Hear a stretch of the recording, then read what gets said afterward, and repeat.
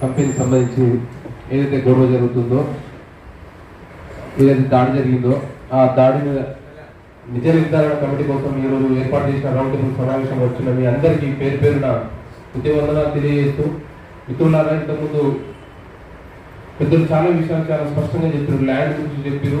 ఒకవేళ వాళ్ళ భూమి కావాలంటే ఏం చేయాలనే విషయాలు చాలా చెప్పారు. ముచ్చర్లలో దాదాపు 14,000 ఎకరాలు అక్కడ ఫార్మసిటీ కోసం ఇవ్వడం జరిగింది. అక్కడ పెట్టుకోవచ్చు అనే ఆ విషయాన్ని గుర్తు చేయడం జరిగింది.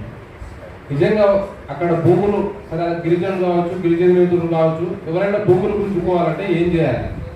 ఇదే వాళ్ళ భూములు కావాలంటే వాళ్ళని కూర్చోబెట్టాలి, బాధ్యత విధంగా వాళ్ళను కాంప్రమైజ్ చేసే ప్రయత్నం చేయాలి. ఎందుకంటే సీఎం నియోజకవర్గం కాబట్టి మీరు కూర్చొని బాధ్యతగా వాళ్ళని ఒప్పించే ప్రయత్నం చేయాలి. ఆ ప్రాసెస్, ఆ ప్రయత్నం అక్కడ ఎక్కడ జరగకుండా ఓన్లీ భయప్రాంతంలో గురి చేయడం, వాళ్ళ